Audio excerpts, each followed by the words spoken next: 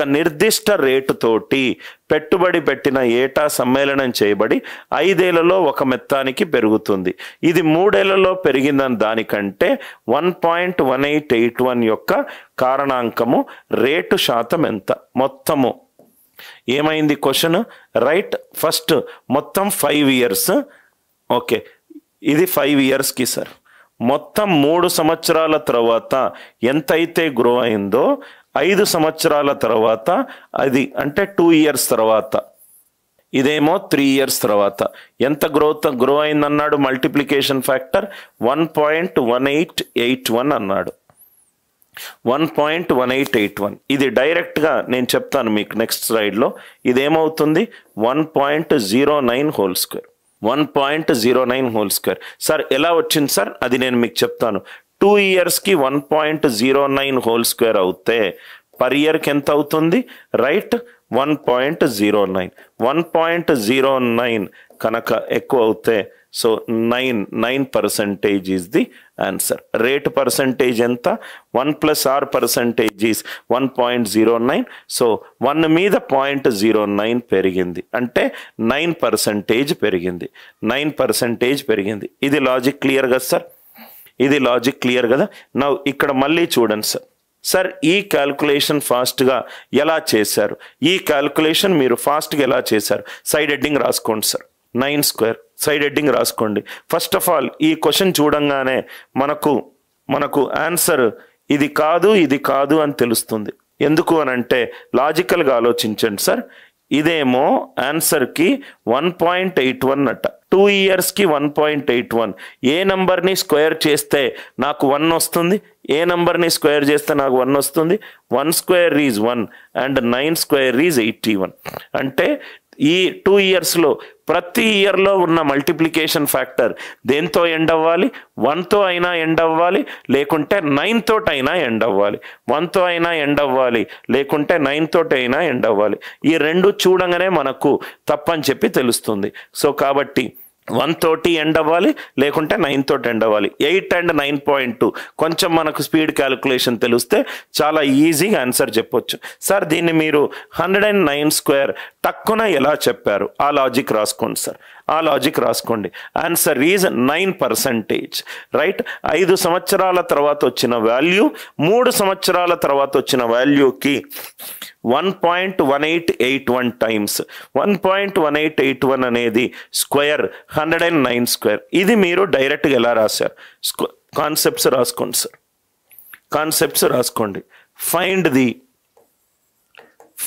The square root of find the square root for perfect square. Square root of కొన్ని 5 example వేద్దాం.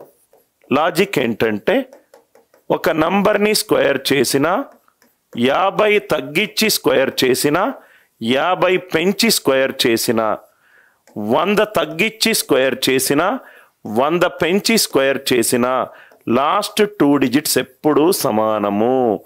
Last 2 digits ఎప్పుడూ సమానము. ఎప్పుడవుతుంది sir? ఒక నంబర్ని స్క్వేర్ చేస్తే లాస్ట్ 2 డిజిట్స్. కొన్ని ఎగ్జాంపుల్ వేసుకుంటే 4 square is 16, 50 - 4, 46 square is 2116, 50 + 4 is 54 square 2916, 100 - 4 is 96 square 9216. Only last 2 డిజిట్ల మీదనే ఫోకస్ పెట్టండి. ఓన్లీ లాస్ట్ 2 డిజిట్ల మీదనే ఫోకస్ పెట్టండి. ఓన్లీ లాస్ట్ 2 డిజిట్ల మీదనే ఫోకస్ పెట్టండి.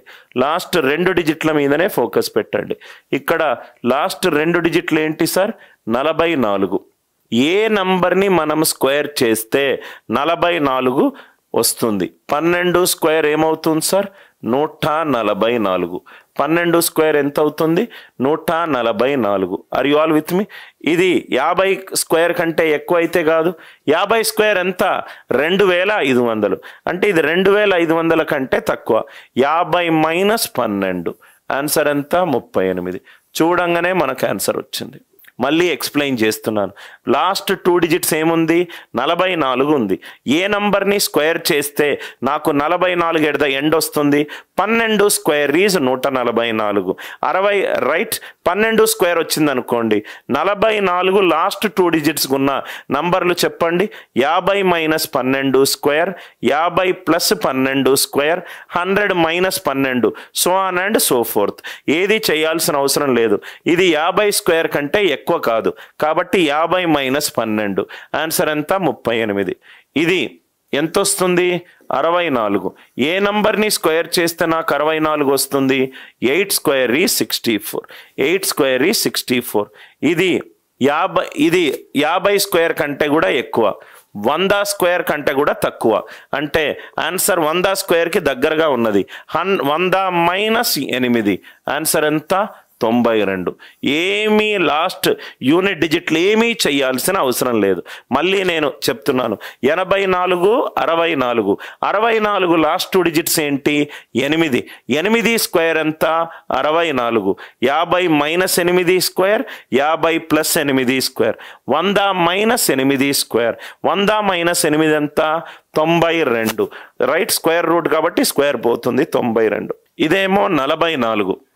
12 స్క్వేర్ ఈజ్ 144. ఇదేమో 100 స్క్వేర్ కంటే ఎక్కువ, 100 ప్లస్ 12 ఆన్సర్ ఎంత? 112. చూడంగానే మనకు ఆన్సర్ వస్తుంది సార్. చూడంగానే మనకు ఆన్సర్ వస్తుంది. లాజిక్ అర్థమైంది కదా సార్? 118, 81 లాస్ట్ 2 డిజిట్లు. ఏ నెంబర్ని స్క్వేర్ చేస్తే మనకు 81 వస్తుంది? 9 స్క్వేర్ ఈజ్ 81. ఇది 100 స్క్వేర్ కంటే ఎక్కువ. ఒక నంబర్ని స్క్వేర్ చేస్తే 100 minus number square, 100 plus number square. ఇవన్నీ 50 మల్టిపుల్ సార్. 51, 52, 53. 50 కంటే ఎక్కువ ఉండొచ్చు ప్లస్ నంబర్ స్క్వేర్, 50 కంటే తక్కువ ఉండొచ్చు, 100 కంటే ఎక్కువ ఉండొచ్చు, 100 కంటే తక్కువ ఉండొచ్చు. దాన్ని స్క్వేర్ చేస్తే లాస్ట్ 2 డిజిట్స్ ఏమొస్తుంది? సో ఇది 100 కంటే ఎక్కువ, 100 plus 9, 109 square. Are you all with me? అందుకే అంత ఫాస్ట్గా చెప్పగలిగాను. 109 square is 11881. 118 square. Are you all with me? చూడంగానే ఆన్సర్ తెలిసిపోతుంది సార్. ఇదేమో 9 square is 81. 9 square is 81. 100 minus 9 answer ఎంత? 91. ఇదేమో 17 స్క్వేర్ ఈజ్ 289. ఇక్కడ చాలా జాగ్రత్తగా వినండి సార్.